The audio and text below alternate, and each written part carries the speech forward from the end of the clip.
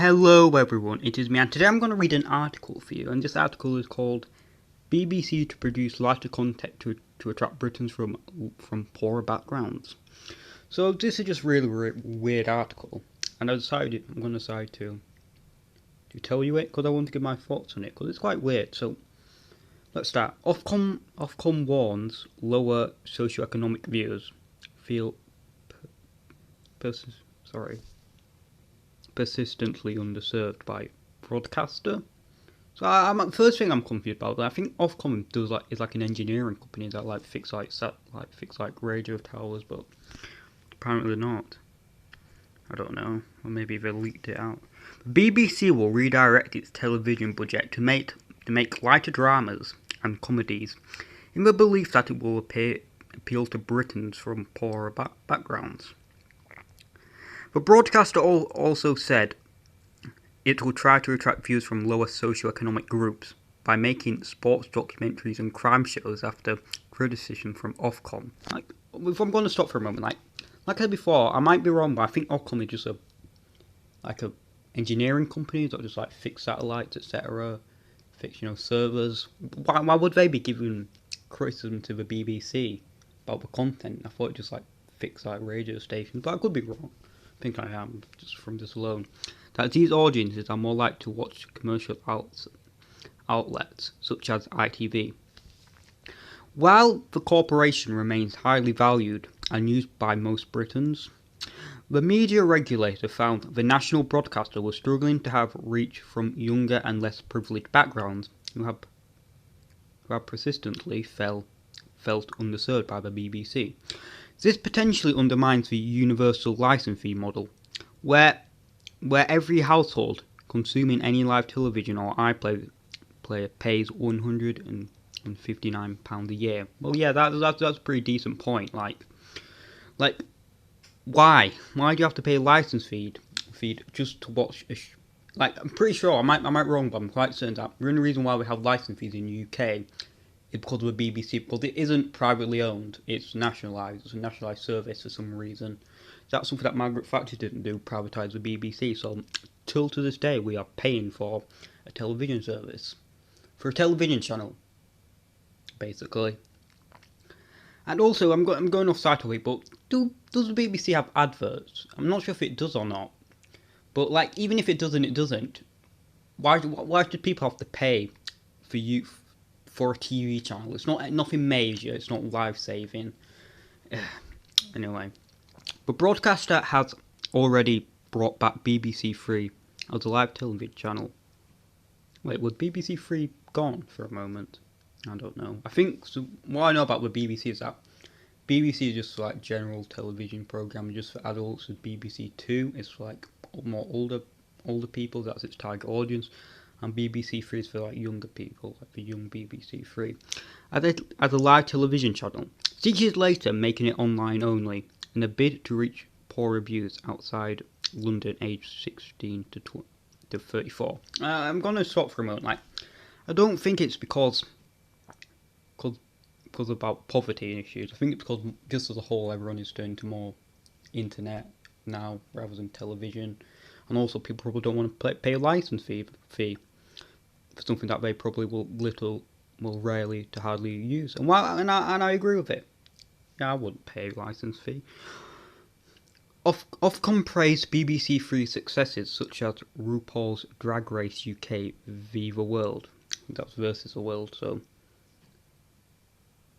why is Ofcom praising the BBC? I think who watches why is they praising it? I don't get it. I just don't get it. I think Ofcom probably does more than I thought it did, because I thought Ofcom would just, like I said before, just fix radio towers. But I'm probably wrong. But why would you praise the BBC Three for doing RuPaul's Drag Race versus the World? Conversations with I'm going back on track. Conversations with Friends and Glow Up. Britain's Next Makeup Star examples of shows that had done well with younger audiences, but said it was too early to decide whether the move had been worthwhile. Okay, the long-running hospital drama Holby City was also axed in favour of reviving Rochdale's base school drama Waterloo Road and attempt to have more shows made in the north of England. Wait, hold on a second. I don't actually know what Holby City even is, but like if it was doing well, why would you axe it for Waterloo Road? Like the BBC board of directors, if I am right, definitely has some few brains. Diversity certainly isn't working there. So anyway, and also like I thought Waterloo Road died ages ago. Anyway, like what's the point of bringing it back? It ended ages ago. And also, what the point of making it in the north of England? To make a show there for some reason when it doesn't have to be made there. Just use the most cost-effective place. Why just bring it to the north of England? I think I'm nitpicking this, but I don't know. It could be because, statistically speaking, the north of England is more poor than the south of England, but I don't know. I might be overthinking this. The report said a particular issue we raised this year is that we found audiences in lower socio-economic groups and disabled audiences continue to be less satisfied with the BBC. This has been the case for a number of years. Well, I'm going to go more in detail on this after I've finished reading the article, but one thing you could do is actually improve the content you create. That's something you could do. I don't see how dumbing it down to make stuff like Drag Queen versus the World is going to do anything, but anyway. Those classified as falling within lower socioeconomic groups, in particular, those referred to as D&E groups, I don't know what that stands for, represent almost a quarter of the UK population. These audiences consume less BBC content and has consistently rated the BBC lower than other audience groups. Yeah, because they probably have to pay for it, pay like £179 a year. That one, I think privatising it will actually do a bit of good, because people might watch it and not be worried that we're going to have the TV license man at the door. But these are just some ideas, but the government probably wouldn't like that, would they? As a result, the BBC said it was commissioning more TV content aimed at C2D audiences. I think those are like poorer like audiences, particularly light dramas, crime dramas, and comedy dramas. Okay, so first off, first thing I'm going to talk about, how the hell do you make a crime drama like lighter? Like, I'm quite certain that most crime dramas are about like serial killers and stuff. Like, you're not making that light, and also like, why make it lighter? I think you shouldn't make it.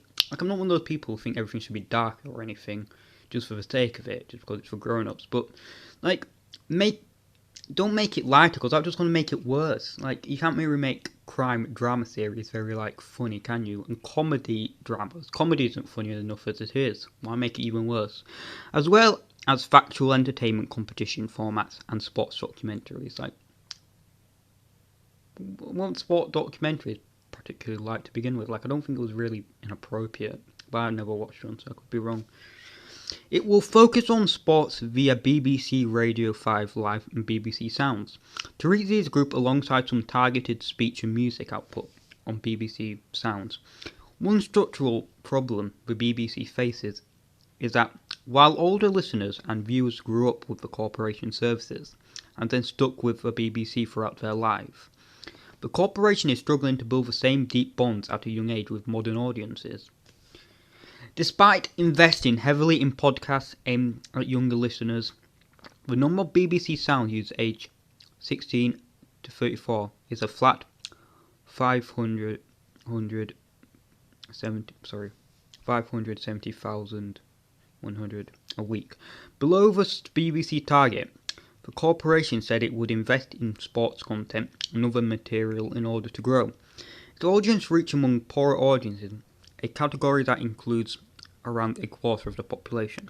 Despite the long-term challenges, Ofcom said that overall the BBC continued to perform well and reached about 8 in 10 British adults each week.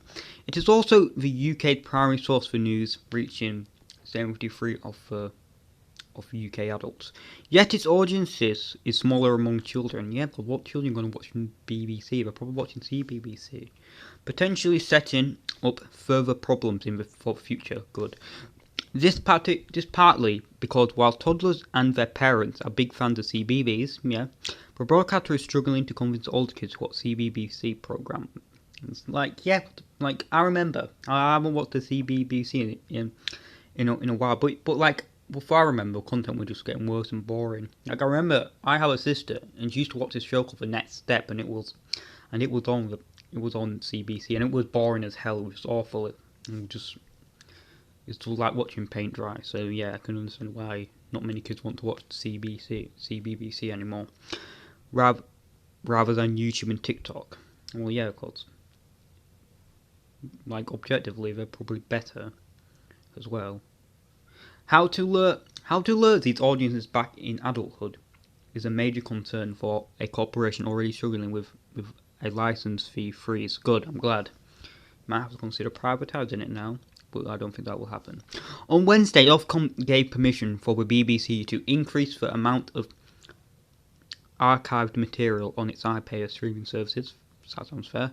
Lifting limits on how much vintage material could be available for streaming. Like, wait, it's like regulation for that? I don't know. At the moment, most programs are available only for 12 months after their internal broadcast. However, viewers are unlikely to see a rapid increase in the amount of shows available as the corporation would likely to have to pay ongoing license fees to program makers to keep all shows available indefinitely. We have a small favour as tens of millions of people place their trust in Guardians. Is this the end of the article? Yeah, it was. Okay, so what's my thoughts on this?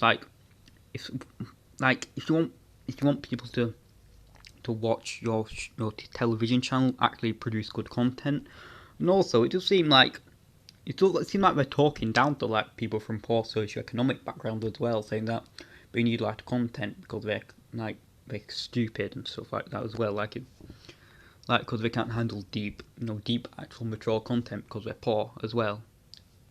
So yeah, that's my thoughts on it.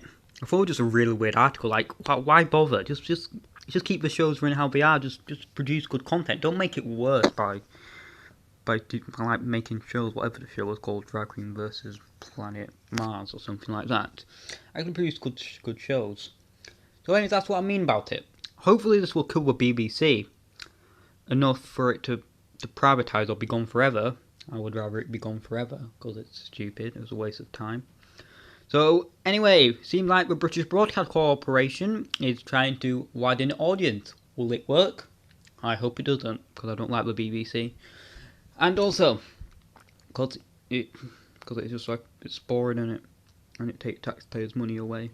And so yeah, that's my thoughts on it. So if you put your opinion in the comment below what you think of this. I think it is stupid, and I think the BBC should be gone forever, like I said. So anyway, thanks for watching. Please like and subscribe. Goodbye.